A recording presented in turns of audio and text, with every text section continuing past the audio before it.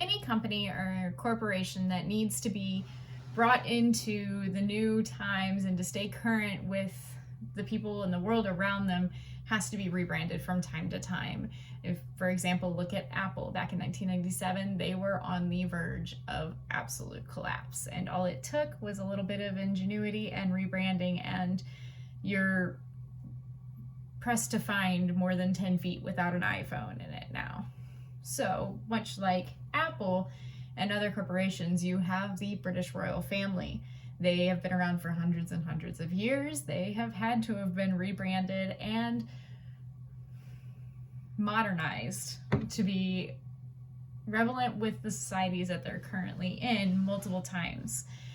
Most recently would be with the last 2 years, and especially the damage that came to the royal family after the March 7th interview with Meghan and Harry, praying about allegations of racism and of protecting certain members of the family and not others, and pretty much leaving them out to dry. So it's not surprising that pretty quickly afterwards you see some PR magic happening and some major work being done to make the other two members of the Fab Four, which would be William and Catherine, in a much better light.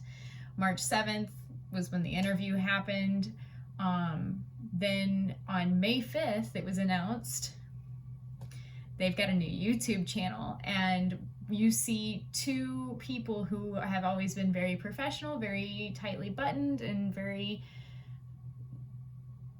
unapproachable, as very approachable, very realistic, showing a more human side of them that we just haven't seen before in their first video.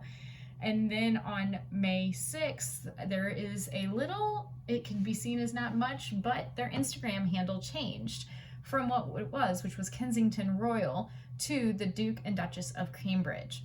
Now, there are a lot of possible reasons for why that happened. There's a lot of speculation, and one of the reasons that is being thrown around as a possibility of why their Instagram handle had been changed was it was to separate themselves more from Henry and Meghan, which their now not used Instagram handle was at Sussex Royal. We don't know for sure.